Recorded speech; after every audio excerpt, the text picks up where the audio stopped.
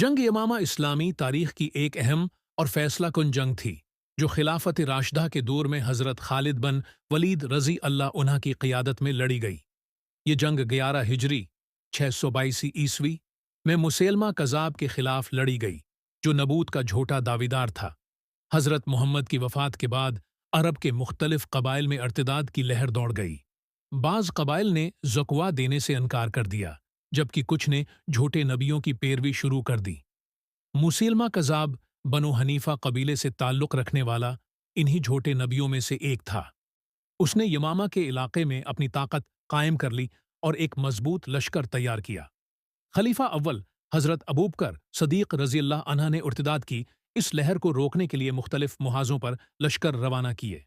مسیلمہ کذاب کے خلاف حضرت خالد بن ولید رضی اللہ عنہ کو روانہ کیا گیا، جنہیں سیف اللہ یعنی اللہ کی تلوار کا لقب حاصل تھا۔ ولید رضی اللہ عنہ نے مدینہ سے روانگی کے بعد مختلف علاقوں سے ہوتے ہوئے یمامہ کا رخ کیا۔ راستے میں انہوں نے مختلف قبائل کو اسلام کی دعوت دی اور اپنی فوج کو منظم کیا۔ جب وہ یمامہ پہنچے تو مسیلمہ کذاب نے بھی اپنی فوج کو تیار کر لیا۔ دونوں افواج کا آمنا سامنا اقربا کے میدان میں ہوا۔ جنگ کے آغاز میں مسلمانوں کو شدید مزاحمت کا سامنا کرنا پڑا۔ مسیلمہ کی فوج نے سخت حملے کیے، جس کی وجہ سے مسلمانوں کی صفوں میں کچھ وقت کے لیے انتشار پیدا ہوا۔ حضرت خالد بن ولید رضی اللہ عنہ نے فوراً صورتحال کا جائزہ لیا اور اپنی فوج کو منظم کیا۔ حضرت انس رضی اللہ عنہ فرماتے ہیں، میں جنگ یمامہ میں حضرت خالد بن ولید اور حضرت براء بن مالک کے درمیان تھا۔ حضرت خالد نے ایک لشکر کو لڑائی کے لیے روانہ فرمایا تو وہ شکست کھا کر واپس آ گیا۔ اس کے بعد حضرت براء پر لرزہ طاری ہو گیا اور میں نے انہیں سکون ہوا دینے کے لیے زمین کے ساتھ ملا دیا۔ وہ کہہ رہے تھے کہ میرا روزہ ٹوٹ گیا۔ پھر حضرت خالد نے ایک اور جماعت کو لڑائی کے لیے بھیجا، وہ بھی شکست کھا کر واپس آ گئی۔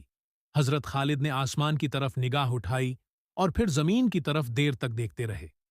حضرت خالد جب کسی کام کا ارادہ کرتے تو یوں نہیں کیا کرتے تھے۔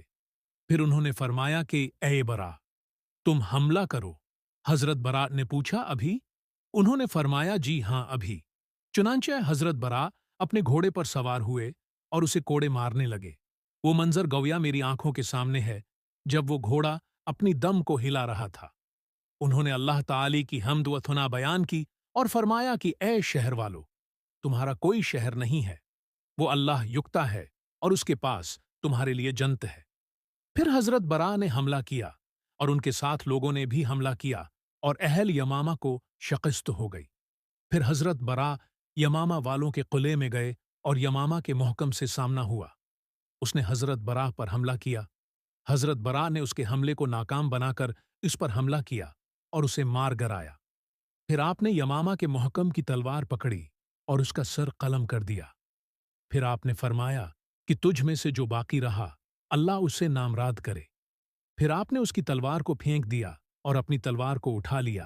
ایک جنگ کے دوران مسیلمہ کذاب نے اپنے لشکر کے ساتھ ایک قلعے میں پناہ لی۔ مسلمانوں نے قلعے کا محاصرہ کیا اور شدید لڑائی کے بعد قلعے میں داخل ہونے میں کامیاب ہو گئے۔ حضرت وحشی بن حرب رضی اللہ عنہ، جنہوں نے پہلے حضرت حمزہ رضی اللہ عنہ کو شہید کیا تھا، اسلام قبول کرنے کے بعد اس جنگ میں شریک ہوئے اور مسیلمہ کو قتل کیا۔ قرآن کی تدوین جنگ یمامہ میں تقریباً 368 حفاظ قرآن شہید ہوئے۔ اس نقصان کے پیش نظر حضرت عمر رضی اللہ عنہ نے حضرت ابو بکر صدیق رضی اللہ عنہ کو قرآن کو ایک جگہ جمع کرنے کی تجویز دی۔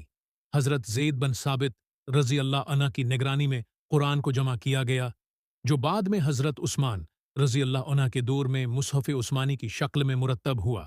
ارتداد کی سرکوبی جنگ یمامہ کے بعد عرب میں ارتداد کی تحریک کو شدید دھچکا پہنچا اور خلافت راشدہ کی رٹ قائم ہوئی۔ حضرت خالد بن ولید کی قیادت اس جنگ میں حضرت خالد بن ولید رضی اللہ عنہ کی عسکری مہارت اور قیادت نے انہیں سیف اللہ کے لقب کا حقیقی حقدار ثابت کیا۔ جنگ یمامہ اسلامی تاریخ کا ایک اہم موڑ تھا جس نے خلافت راشدہ کو مضبوط کیا اور اسلام کے دشمنوں کو شکست دی۔